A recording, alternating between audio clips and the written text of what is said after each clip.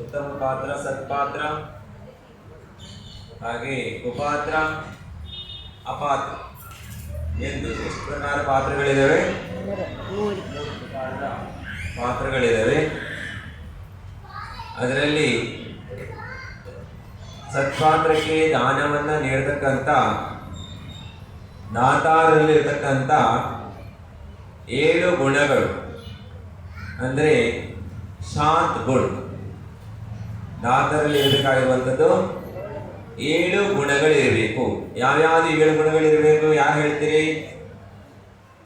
7 ಗುಣಗಳು ಯಾವ್ಯಾವ? ಯಾರು ಹೇಳ್ತೀರಿ? ಕ್ರಮ ಪ್ರಕಾರ ಹೇಳ್ಬೇಕು. ಕೈ ಎತ್ರಿ. ಯಾರು ಹೇಳ್ತೀರಿ? ಅವ್ರು ಕೈ ಎತ್ರಿ. ಹೇಳ್ತೀರಿ? ನೆನ್ನೆ ಹೇಳಿದ್ರಲ್ಲ. ಯಾರು ಹೇಳ್ತೀರಿ? ನೀವೆಲ್ಲ ದಾನವನ್ನ ಮಾಡುವಂತ ದಾತಾರರಿದ್ದೀರಿ, ಹೌದು ಅಲ್ಲವೋ? ಹೌದು ಮಹಾರಾಜ.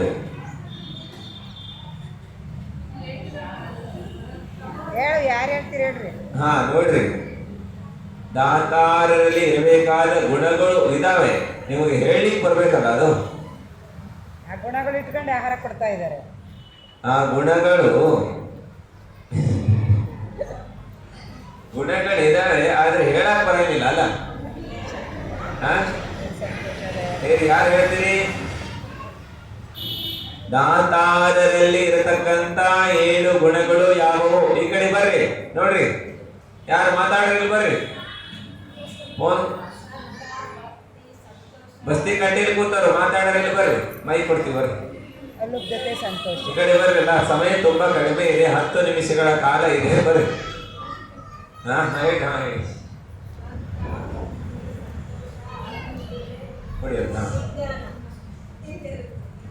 ಹೇಳಿ, ಹೀಗೆ ಕ್ರಮ ಹೇಳಿ. ಶ್ರದ್ಧಾ, ಭಕ್ತಿ, ಸಂತೋಷ, ಅಲಬ್ಧತೆ, ವಿಜ್ಞಾನ, ಶಕ್ತಿ. ಇರ್ಲಿ ಹಾಗೆ ಒಂದೆರಡು ಗುಣರು ಹೇಳಿದ್ರಲ್ಲ.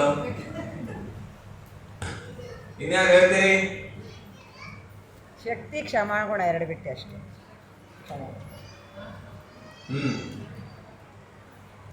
ಹೇಳಿ. ಅಲ್ಲ, ಹೇಳಿದ್ರಲ್ಲ ಅವರೆಲ್ಲ. 2 ಬಿಟ್ಟರು. ಶ್ರದ್ಧಾ, ಭಕ್ತಿ, ಶಕ್ತಿ, ಸಂತೋಷ, ಅಲಬ್ಧತೆ, ಕ್ಷಮಾಗುಣ. ಶ್ರದ್ಧಾ, ಭಕ್ತಿ, ಶಕ್ತಿ, ಸಂತೋಷ, ಕ್ಷಮಾಗುಣ, ಅಲಬ್ಧತೆ, ವಿಜ್ಞಾನ.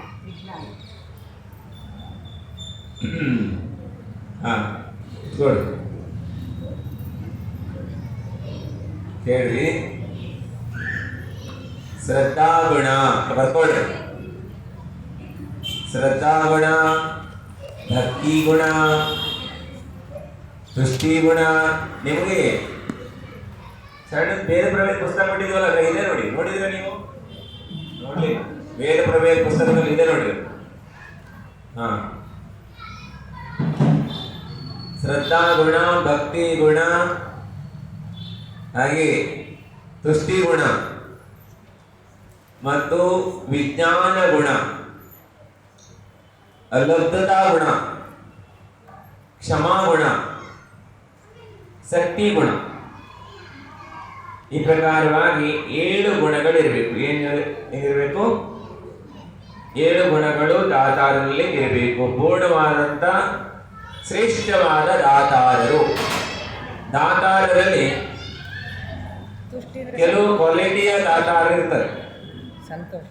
ಅದಕ್ಕೆ ಉಮಾಸ್ವಾಮಿ ಆಚಾರ್ಯರು ತತ್ವಾರ್ಥ ಸೂತ್ರದಲ್ಲಿ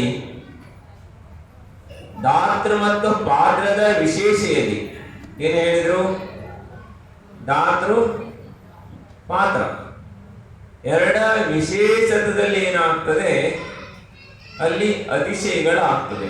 ವಿಶೇಷ ವಿಶುದ್ಧಿ ಎಲ್ಲ ಆಗ್ತದೆ ದಾತೃ ಮತ್ತು ಪಾತ್ರದ ವಿಶುದ್ಧಿ. ಹೇಳು. ಹಾಗೆ ಇನ್ನೊಮ್ಮೆ ಕೇಳಿ. ಶ್ರದ್ಧಾ ಗುಣ, ಭಕ್ತಿ ಗುಣ, ತುಷ್ಟಿ ಗುಣ, ವಿಜ್ಞಾನ ಗುಣ, ಅಲುಬ್ಧತಾ ಗುಣ, ಅಲುಬ್ಧತಾ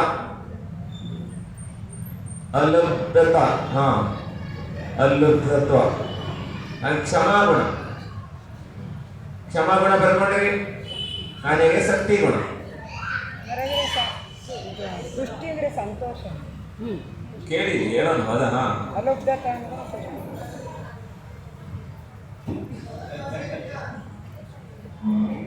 ಈ ಗುಣಗಳ ಅರ್ಥವೇನು ಅನ್ನೋದು ತಿಳ್ಕೊಳ್ಳೋದು ಸ್ವಲ್ಪ, ಹೌದಲ್ಲ? ಹಾಗೆ ಶ್ರದ್ಧಾ ಗುಣ ಎಂದು ಯಾವುದು ಕೇಳ್ತಾರೆ ಅಂದರೆ, ದಾನ ಮಾಡುವಂತ ದಾತಾರರು ಪೂರ್ಣ ಶ್ರದ್ಧಾವಂತರಾಗಿರಬೇಕು. ಶ್ರದ್ಧೆ ಎಲ್ಲಿಂದ ಪ್ರಾರಂಭವಾಗ್ತದೆ ಅಲ್ಲೇ ಧರ್ಮದ ಪ್ರಾರಂಭವಾಗ್ತದೆ. ಶ್ರದ್ಧಾ ಎಲ್ಲಿ ತನಕ ಆಗೋಲ್ಲ ಅಲ್ಲಿ ತನಕ ಧರ್ಮ ಪ್ರಾರಂಭವಾಗೋಲ್ಲ. ದೇವ ಶಾಸ್ತ್ರ ಗುರುಗಳಲ್ಲಿ ಧರ್ಮದಲ್ಲಿ ಶ್ರದ್ಧೆ ಮೊದಲಾಗಬೇಕು. ಏನಾಗಬೇಕು? ನಿಮಗೆಲ್ಲರಿಗೂ ಶ್ರದ್ಧೆಯಾಗಿರುವುದರಿಂದ ನೀವೆಲ್ಲರೂ ಜಿನವಾಣಿಯನ್ನ ಕೇಳುವುದಕ್ಕಾಗಿ ಶ್ರದ್ಧಾವಾನರಾಗಿ ವಿನಯವನ್ನ ಧಾರಣೆ ಮಾಡಿದ್ರಿ. ಏನ್ ಮಾಡಿದ್ರಿ? ನಿಮ್ಮೆಲ್ಲರಿಗೂ ಶ್ರದ್ಧೆ ಇರುವುದರಿಂದಲೇ ಏನ್ ಮಾಡಿದ್ರಿ? ಕೆಳಗೆ ಕೂತ್ಕೊಂಡಿದ್ರಿ ಇಲ್ಲೋ? ಏನ್ ಮಾಡಿದ್ರಿ?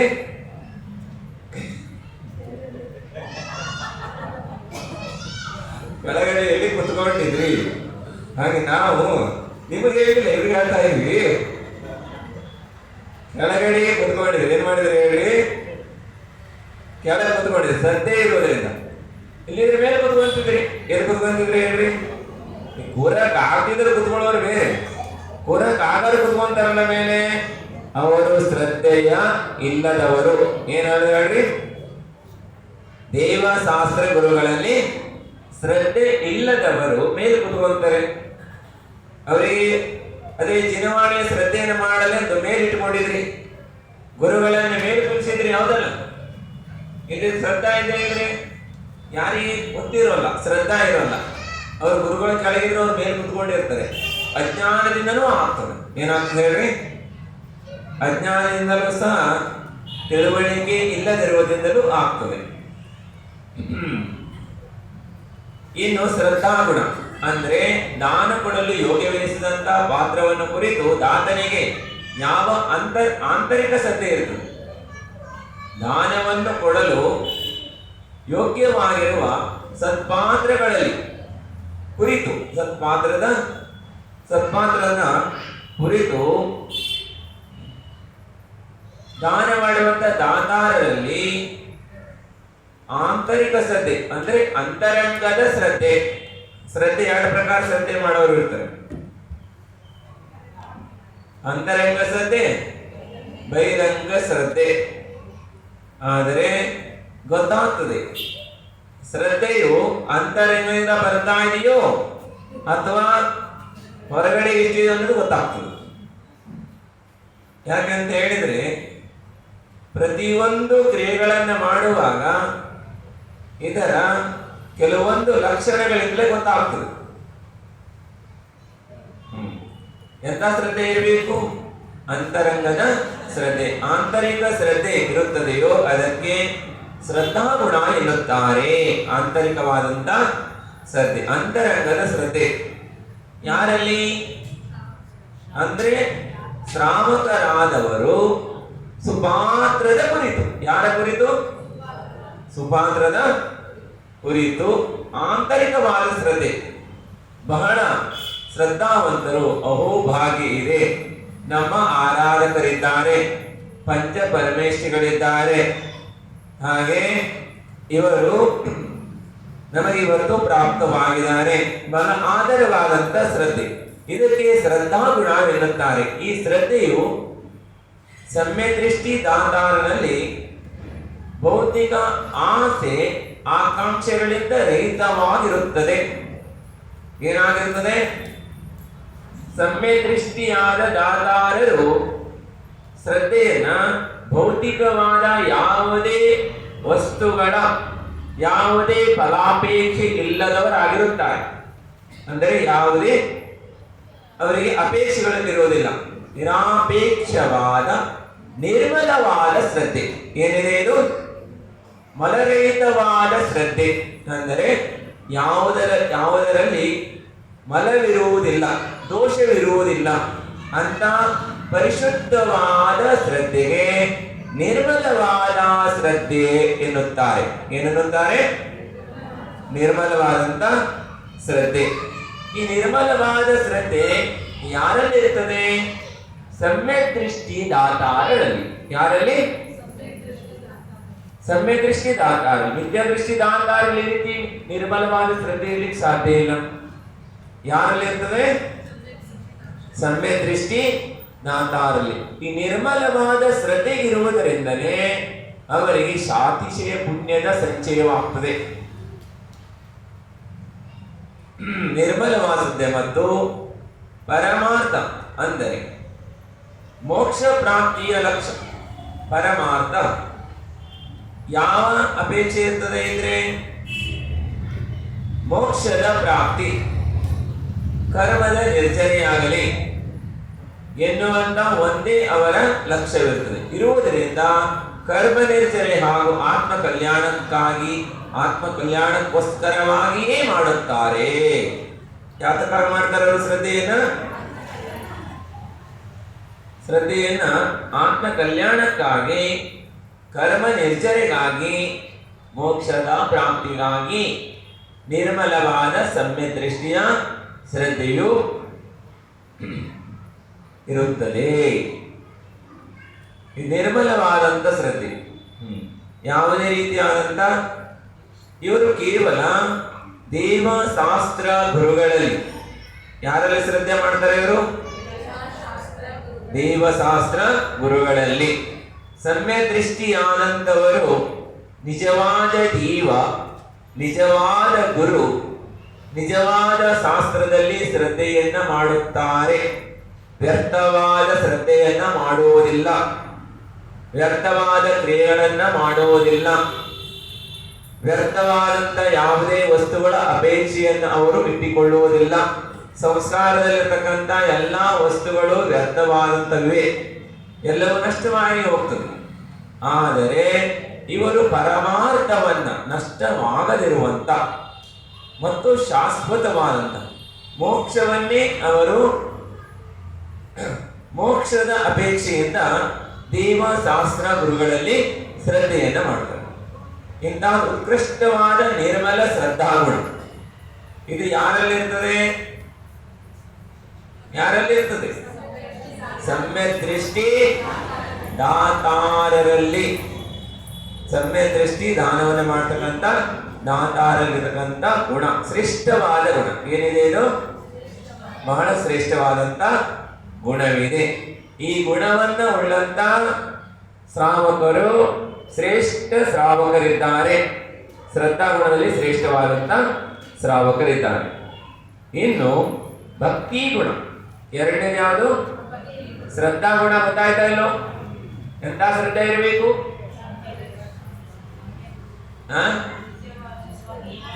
ದಾನ ಕೊಡಲು ಯೋಗ್ಯವೆನಿಸಿದ ಸುಪಾತ್ರದ ಕುರಿತು, ಹಾಗೆ ದಾತನಿಗೆ ಆಂತರಿಕ ಶ್ರದ್ಧೆ ಅಂದ್ರೆ ಅಂತರಂಗದ ಶ್ರದ್ಧೆಯು ಇರುತ್ತದೆಯೋ ಅದಕ್ಕೆ ಶ್ರದ್ಧಾಗುಣ ಎನ್ನುತ್ತಾರೆ. ಅಂತರಂಗದ ಶ್ರದ್ಧೆ, ಬಹಿರಂಗ ಶ್ರದ್ಧೆಯಲ್ಲ.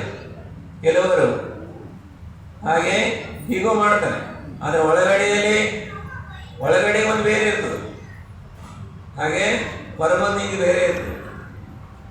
ಆಕ್ಷನ್ ಬೇರೆ, ಒಳಗಡೆಯಲ್ಲಿ ಬೇರೆ ಇರ್ತದೆ, ಹೀಗೂ ಇರ್ತದೆ. ಆದ್ರೆ ಮುನಿಗಳಿಗೆ ಚೌಕದಲ್ಲಿ ಬಂದ ತಕ್ಷಣ ಗೊತ್ತಾಗ್ತದಲ್ಲ. ಯಾರು ಕೆಲವರಿಗೆ ಶ್ರದ್ಧಾ ಇರ್ತದೆ, ಹೇಳಕ್ ಬರಂಗಿಲ್ಲ, ತೋರ್ಸ್ಕೊಳಕ್ ಬರಂಗಿಲ್ಲ, ಆದ್ರೆ ಗೊತ್ತಾಗ್ತದೆ ಅವ್ರ ಭಾವ ಹೇಗಿದೆ ಅಂತ. ಆದ್ರೆ ಕೆಲವರು ನಾಟಕ ಮಾಡ್ತಾರೆ, ಆದ್ರೆ ಅವ್ರ ಭಾವ ಹೇಗಿದೆ ಅನ್ನೋದು ಸಹ ಗೊತ್ತಾಗ್ತದೆ. ಹಾಗೆ ಬಂದಾಗ ಅವ್ರ ಕಡೆ ಆಹಾರ ತಗೊಳ್ಳೋಕೆ ಭಾವ ಹಂಗಿಲ್ಲ, ಏನಾಗಿಲ್ಲ ಹೇಳಿ. ಅವ್ರು ನಾಟಕ ಮಾಡೋರು ಬಂದಾಗ ಕೈ ವಾಪಸ್ ಹಿಂದೆ ಹೋಗ್ತದೆ. ಏನಾಗ್ತದೆ? ಅವ್ರ ನಾಟಕ ಭಾವ ನೋಡಿದಾಗ ಮುಂದೆ ಹೋಗೋದೇ. ಅದಕ್ಕಾಗಿ ಆಂತರಿಕ ಶ್ರದ್ಧೆ ಇರಬೇಕು. ಎಂತ ಶ್ರದ್ಧೆ ಇರಬೇಕು? ಅಂತರಂಗದ ಶ್ರದ್ಧೆ. ಆಂತರಿಕ ಶ್ರದ್ಧೆ ಅಂದ್ರೆ ಅಂತರಂಗದ ಶ್ರದ್ಧೆ.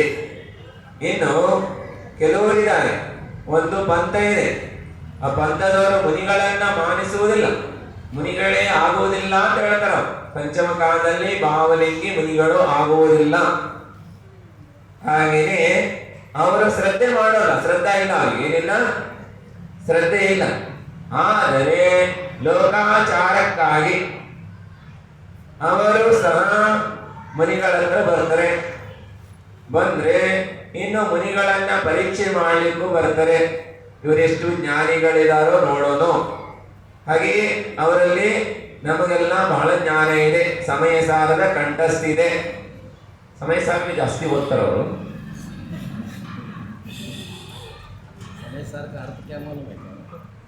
ಸಮಯದ ಅರ್ಥನೇ ಗೊತ್ತಿಲ್ಲ ನೋಡಿ.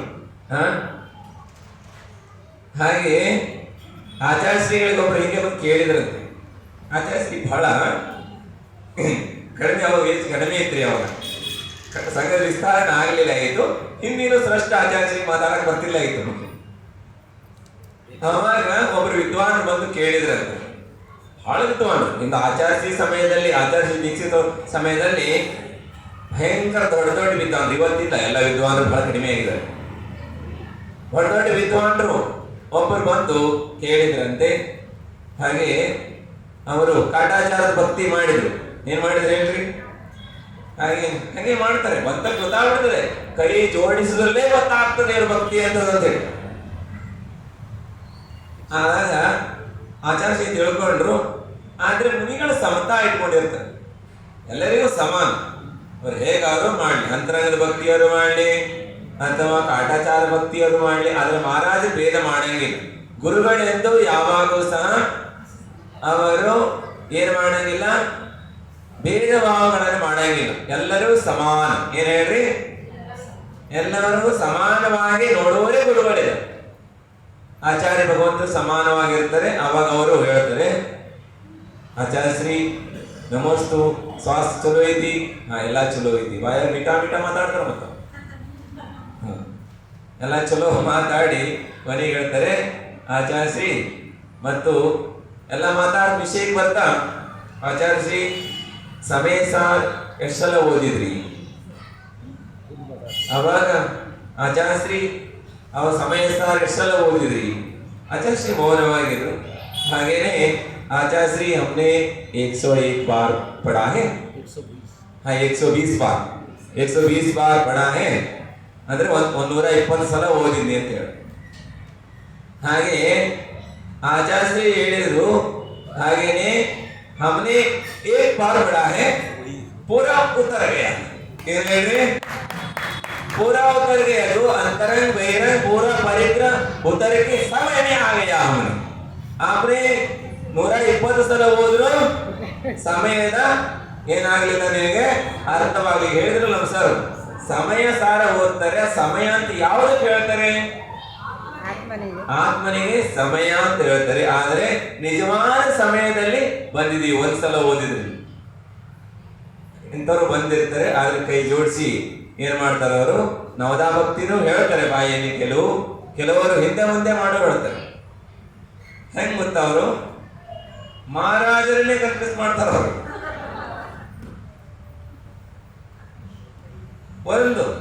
ಒಂದು ಹಿಂದೆ ಮುಂದೆ ಹೇಗೆ ಹೇಳ್ತಾರೆ ಅಂತ ಹೇಳಿರೋರು. ಆಗ ಹೀಗೆ ಆದ್ರೆ ಶ್ರದ್ಧೆಯಿಂದ ಮಾಡ್ಬೇಕು. ಏನ್ ಮಾಡ್ಬೇಕು ಹೇಳ್ರಿ? ಶ್ರದ್ಧೆಯಿಂದ ಮಾಡುವಂತ ಭಕ್ತಿಯೇ ಸಹ ಶ್ರೇಷ್ಠವಾದಂತ ದಾತಾರದಿದೆ. ಉಳಿದೆಲ್ಲ ಏನಿದೆ ನಾಟಕ. ಧರ್ಮದಲ್ಲಿ ನಾಟಕ ನಡೆಯಂಗಿಲ್ಲ. ಎಲ್ಲಾ ಕಡೆಗೆ ನಾಟಕ ನಡೀತೈತಿ. ಇದು ನಾಟಕ ಮಾಡೋ ಕ್ಷೇತ್ರ ಅಲ್ಲ. ಏನ್ ಹೇಳ್ರಿ? ಇದು ರಿಯಲಿ ಪಾತ್ರ ಹಾಕೋದಿದೆ. ಯಾರು ರಿಯಲಿ ಪಾತ್ರ ಹಾಕ್ತಾರ ಅವ್ರು ಇಲ್ಲಿ ಭಗವಾನ್ ಆಗ್ತಾರ. ಏನಾಗ್ತಾರೆ ಹೇಳ್ರಿ? ನಿಜವಾದ ಪಾತ್ರವನ್ನು ಹಾಕೊಂಡವರು ನಿಜವಾದ ಭಗವಾನ್ ಆಗ್ತಾರ. ಆದ್ರೆ ನಾಟಕ ಮಾಡೋರು ಮತ್ತೊಂದು ಹೊರಗೆ ಹೋದ್ಮೇಲೆ ವೇಷ ಬದಲಾಯಿಸಿ ಬಿಡ್ತಾರ. ಅವರು ಸ್ಟೇಜಿನ ಕೆಳಗೆ ಹೇಳಿದ್ರೆ ಏನ್ ಮಾಡ್ತಾರೆ? ವೇಷವನ್ನ ಬದಲಾಯಿಸ್ತಾರೆ. ಶ್ರದ್ಧಾಗುಣ ಗೊತ್ತಾಗಿದಿಲ್ಲ? ಶ್ರದ್ಧೆ ನಿಮ್ಗೆಲ್ಲ ಇದೆ. ಏನಿದೆ ಇದರಲ್ಲಿ? ಏನು ಕಮ್ಮಿ ಇಲ್ಲ. ಶ್ರದ್ಧಾ ಅಂತ ಹೋಯ್ತು. ಏನ್ ಹೇಳ್ರಿ? ಭರ್ಪೂರ್ ಶ್ರದ್ಧಾ ಇದೆ. ಏನ್ ಹೇಳ್ರಿ? ಭರ್ಪೂರ್ ಶ್ರದ್ಧೆ ಐತಿ, ಇದ್ರಾಗೇನು ಕಮ್ಮಿ ಇಲ್ಲ. ಮುಂದ್ ನೋಡೋಣ, ಒಂದೊಂದೇ ಗುಣ ನೋಡ್ಕೊಂತ ಹೋಗ್ರಿ. ನಿಮ್ಮಲ್ಲಿ ಇದಾವ ಇಲ್ಲಂದ್ರೆ ಪಾಸ್ ಆಗ್ತಾ ಹೋಗ್ಬೇಕಲ್ಲ, ಇಲ್ಲ ಇದ್ರೆ ಪ್ರಾಪ್ತಿ ಮಾಡ್ಕೋಬೇಕು. ಇನ್ನು ಎರಡನೇ ಗುಣ ಭಕ್ತಿ ಗುಣ. ಸಮಯ ಆಯ್ತು ಈಗಾಗಲೇ. ಏನಾಯ್ತು ಹೇಳ್ರಿ, ಇನ್ನು ಸಂಕ ಸಮಾಧಾನ ಇದೆ, ಕ್ಲಾಸ್ ತಗೊಳ್ಳೋರಿದ್ದಾರೆ. ಇನ್ನು ನೀವೇನ್ ಮಾಡ್ರಿ, ಮುಂದೆ ಹೇಳ್ರಿ, ನಾಳೆ ನೋಡೋಣ. ಮುಂದೆ ನಿಮ್ಗೆಲ್ಲ ಗುಣ ತಿಳ್ಕೊಳ್ಬೇಕಂದ್ರೆ ನಾಳೆ ಹೇಳೋಣ ಮತ್ತೆ, ಹೌದಲ್ಲ? ಹೇಳ್ತೀವಿ. ಈಗ ಸಮಯ ಆಗೋಯ್ತು ಈಗ. ಅಲುಬ್ಧತಾ ಅಲುಬ್ಧತಾ ಅಲುಬ್ಧತಾ ಅಲುಬ್ಧತಾ ಅಲ್ಲ ಅಲುಬ್ಧತಾ ಅಲುಬ್ಧತಾ. ಶಬ್ದದ ಅರ್ಥ ಏನು ಅಂತ ಕೇಳೋದು. ಹಾಗೆ ನೋಡ್ರಿ, ವಿಸ್ತಾರವಾಗಿ ಅದನ್ನ